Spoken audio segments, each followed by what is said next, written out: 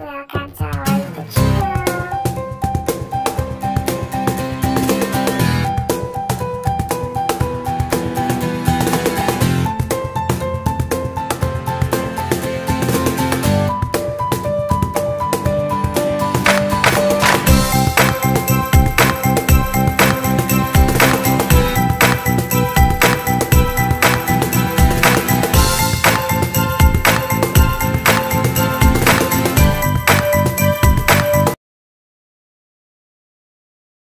Oke Google, ruang lingkup filsafat ilmu.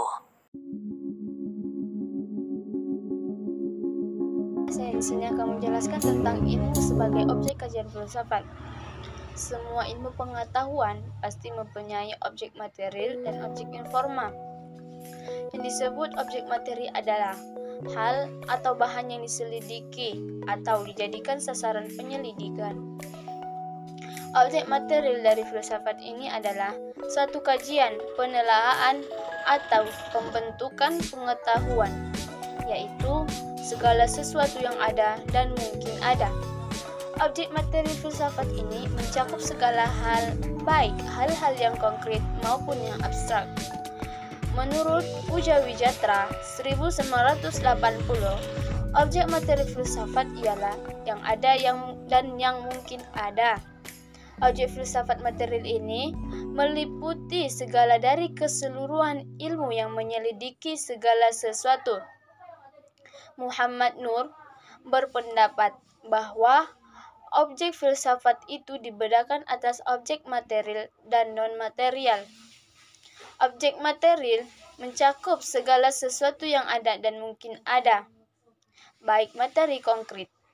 Selanjutnya, dapat dikemukakan objek formal filsafat menurut Losia dan Yuwono adalah sudut pandang yang menyeluruh secara umum, sehingga dapat mencapai hakikat dari objek materi. Sekian dari saya. Assalamualaikum warahmatullahi wabarakatuh. Assalamualaikum warahmatullahi wabarakatuh. Perkenalkan, nama saya Lili Suryani. Di sini saya akan menjelaskan tentang ciri-ciri filsafat ilmu.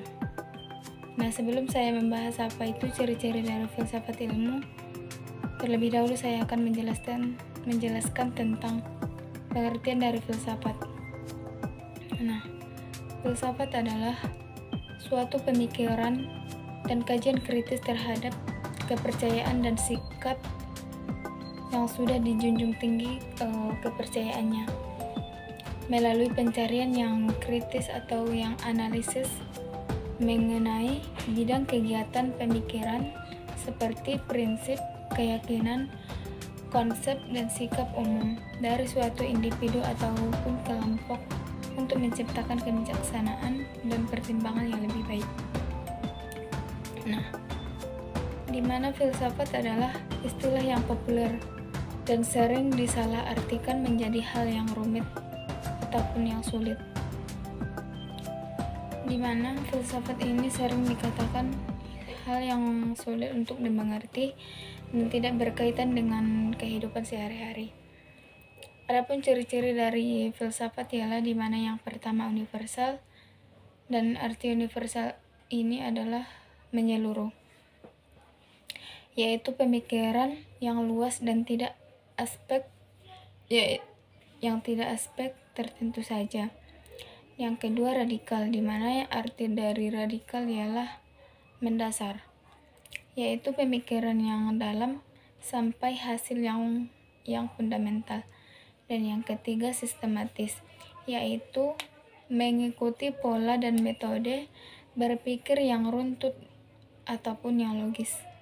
Nah, itulah ciri-ciri filsafat ilmu. Dan adapun ciri-ciri filsafat ilmu menurut para ahli lainnya, yaitu di mana yang pertama deskriptif.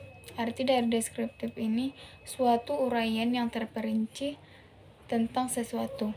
Yang kedua kritis, di mana arti dari kritis ialah mempertanyakan segala sesuatu. Misalnya, seseorang melihat sesuatu dan dia terus menganalisis sesuatu itu sampai dia puas dengan apa itu. Gimana yang keempat, evaluatif. Arti dari evaluatif ialah seseorang akan sungguh-sungguh menilai. Baiklah, di sini saya akan memberikan penjelasan singkat tentang mata kuliah filsafat ilmu, di mana terdapat beberapa pengertian menurut para ahli. Di antaranya yaitu yang bernama Michel F. Berry, di mana menurut Michel F. Berry ialah filsafat ilmu merupakan Suatu tentang pemetaan logika intern atau teori-teori ilmiah. dan hubungan-hubungan antara percobaan-percobaan dalam suatu teori ilmiah, serta upaya pelaksanaannya untuk mencapai suatu metode atau teori ilmiah dalam ilmu filsafat. Adapun logika termasuk ialah suatu kemampuan yang bersifat berat. Mengapa demikian bersifat berat? Karena perlu pemahaman atau latihan yang serius agar seseorang dapat memahami suatu penjelasan filsafat ilmu. Adapun yang kedua, menurut para ahli yang bernama May Broadback, di mana menurut May Broadback, filsafat ilmu merupakan suatu analisis netral yang secara etis dan filosofi. Pelukisannya atau penjelasan-penjelasannya mengenai landasan-landasan ilmu. Dan yang ketiga, menurut para ahli yang bernama Lewis Whitebeck, di mana Lewis Whitebeck berpendapat bahwa filsafat ilmu merupakan ilmu yang mengkaji dan mengevaluasi metode-metode pemikiran ilmiah, serta mencoba untuk menemukan pentingnya upaya ilmiah sebagai suatu keseluruhan. Adapun menurut para ahli yang keempat, yaitu yang bernama A. Cornelius Benjamin, di mana menurut dia filsafat ilmu merupakan studi sistematis mengenai sifat dan hakikat, khususnya yang berkenaan dengan metode, konsepnya, kedudukannya di dalam skema umum disiplin intelektual.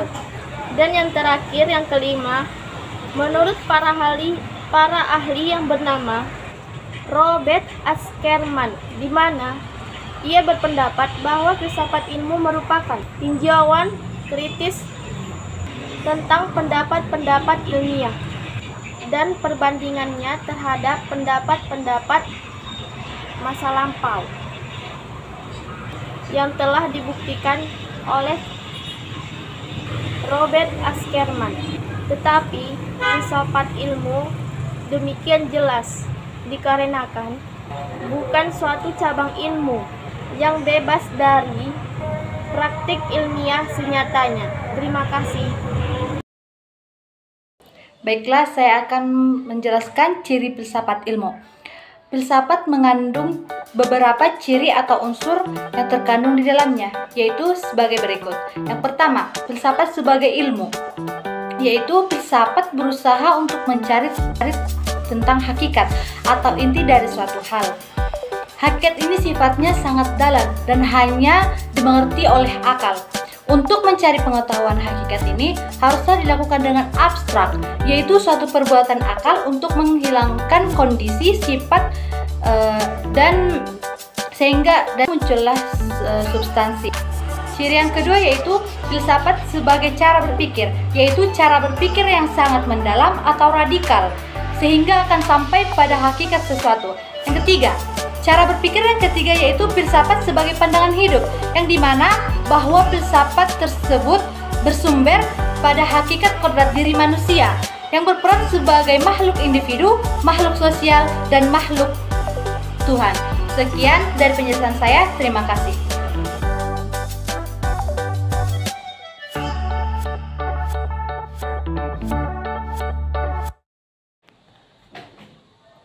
Di sini saya akan menjelaskan mengenai objek filsafat ilmu. Sebelum kita mengetahui tentang apa itu objek filsafat ilmu, kita harus terlebih dahulu mengetahui apa itu sebenarnya objek. Menurut KBBI, objek adalah hal, perkara, atau orang yang menjadi pokok pembahasan. Jadi, objek filsafat ilmu adalah hal atau perkara yang menjadi pokok bahasan dalam filsafat ilmu. Objek filsafat ilmu dibagi menjadi dua, yaitu objek material dan objek formal. Objek material yaitu penyelidikan, pemikiran, dan penelitian, seperti adanya pohon. Objek material dibagi menjadi tiga, yaitu thinkable, unthinkable, and undoubtable. Objek formal yaitu objek material yang ditinjau dari berbagai sudut pandang sehingga menghasilkan ilmu-ilmu yang berbeda-beda. Seperti contohnya, kita mempunyai objek formal yaitu pohon. Dan di sini kita membahas bagaimana pohon itu memiliki batang, bagaimana pohon itu mencari makanan, dan lain-lain sebagainya.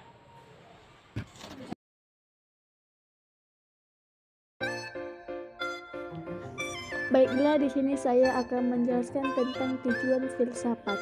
Menurut Franz Magnus Huygens, fungsi dan tujuan filsafat ilmu sangat luas dan mendalami, yaitu sebagai berikut. 1.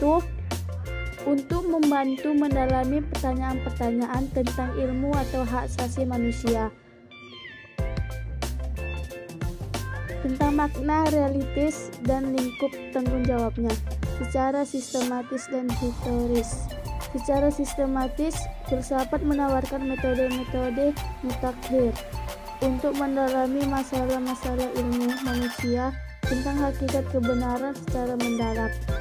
2. Sebagai kritik ideologi, artinya kemampuan menganalisis secara terbuka dan kritis argumen-argumen,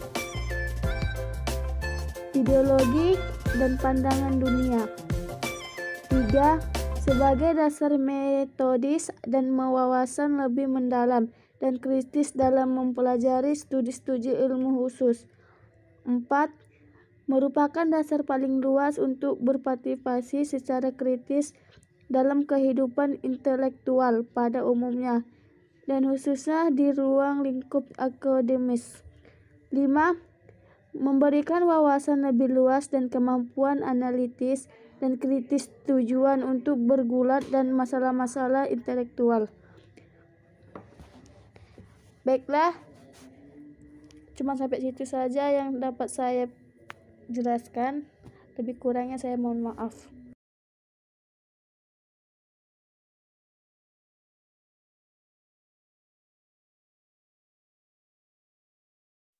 Baiklah, di sini saya akan menjelaskan tentang landasan filsafat.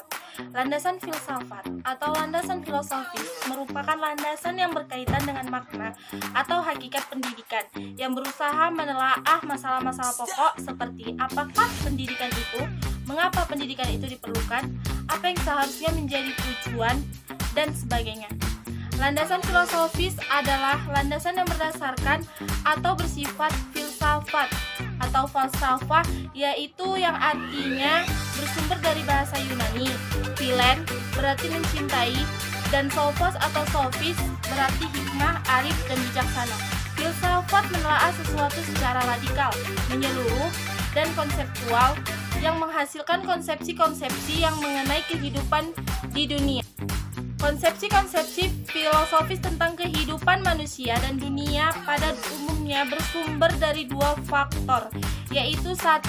Religi dan etika yang bertumpu pada keyakinan. Yang kedua, yaitu ilmu pengetahuan yang mengandalkan penalaran. Filsafat berada di antara keduanya, yaitu kawasannya seluas dengan religi, namun lebih dekat dengan ilmu pengetahuan karena filsafat timbul dari keraguan-raguan arena mengandalkan akal manusia. Sekian